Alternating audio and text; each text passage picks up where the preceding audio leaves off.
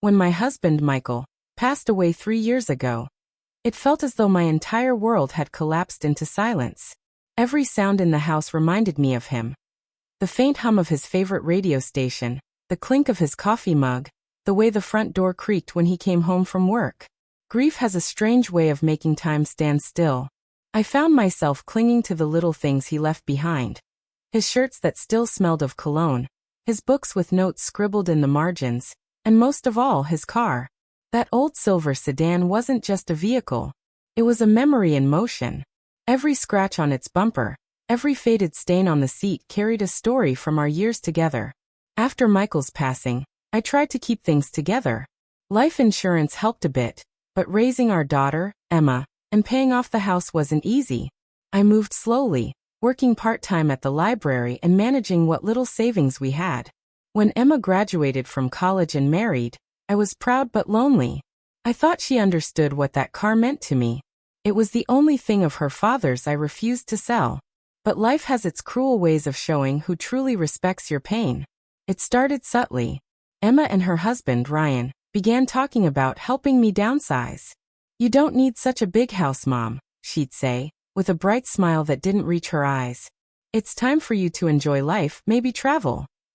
I smiled back, pretending not to notice the impatience in her tone. But then she started mentioning the car. "It's just sitting there," she said once. "It's getting old, Mom. Wouldn't it be better to sell it while it still has value?" Every time she brought it up, I refused. "That car stays," I said. "It's all I have left of him." Weeks passed, and I thought the matter was settled. Until one morning, when I stepped out of the house and saw an empty driveway. My chest tightened. The space where Michael's car used to sit was bare, a hollow outline in the dust. I froze. At first, I thought it had been towed or maybe stolen. But then, I saw Emma's husband's truck pulling up. Ryan jumped out, cheerful as ever. "Hey, Mom. Don't be upset. We did something good for you." I remember my voice trembling as I asked, "Where's the car, Ryan?" He hesitated for a second before saying, "We sold it. We thought it was time. You need the money more than that old thing." My knees nearly gave out. "Sold it? Without my permission?" I stared at him in disbelief, the air thick with betrayal. He went on, explaining that they'd already booked a much-needed vacation with part of the money, a luxury trip to Europe. "You'll thank us later," he said, smiling as if they'd done me a favor. I walked away without a word, locking myself in my bedroom. My hands shook as I pulled out the small, wooden box where I kept Michael's papers, the car's documents, insurance, and the last note he'd ever written me. But as I flipped through the files, a folded envelope slipped out, one I'd never seen before. The front read in his familiar handwriting, "For my love, open when you're ready." My throat tightened. I unfolded the letter, and tears blurred my vision as I read. "My dearest Anna, if you're reading this, I'm gone. I know how much you've held this family together. That car, it's not just a car. Inside the glove compartment, behind the lining, there's something for you. I wanted you to have it when times get hard. It's not about money, it's about trust. Keep it safe, and remember, not everyone values what truly matters." My heart pounded. I rushed to call Emma, but she didn't answer. I called again and again, nothing. I didn't even know who they sold the car to. For the first time in years, I felt something stronger than grief, determination. I went to the local dealership and explained what had happened. The manager was kind, an older man who promised to help. After a few calls, he found the buyer, a retired mechanic who lived 2 towns over. Without hesitation, I drove there that same day. The man, Mr. Taylor, met me at the door. When I explained everything, his face softened. "Ma'am," he said, "I bought that car because I could tell it was special. I haven't even driven it yet. It's out back." He led me to the garage. And there it was, Michael's car, a little dusty but still mine. My fingers brushed against the cool metal. And I felt his presence, as if he were standing beside me.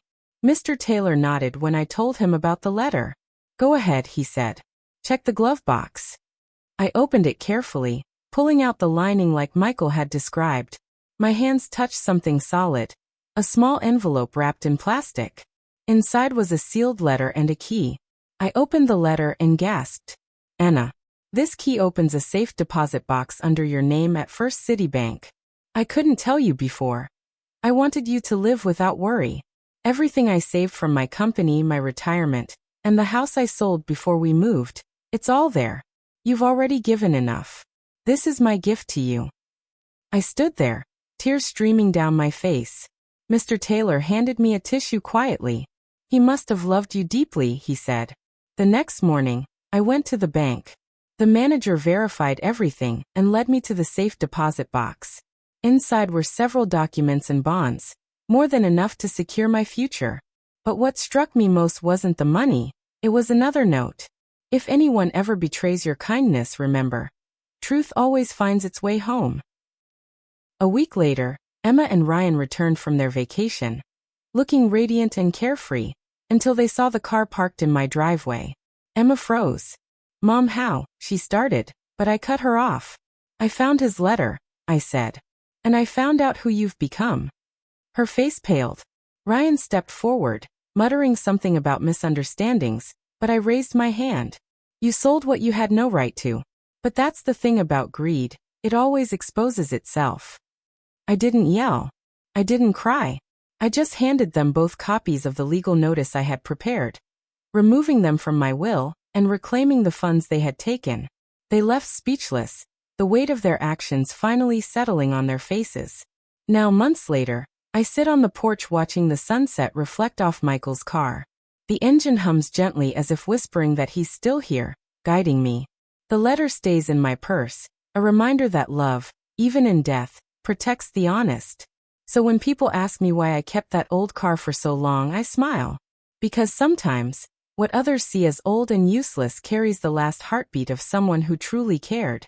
And as for those who sold love for luxury, they'll learn that some debts can't be paid with money. They can only be carried in the silence of regret.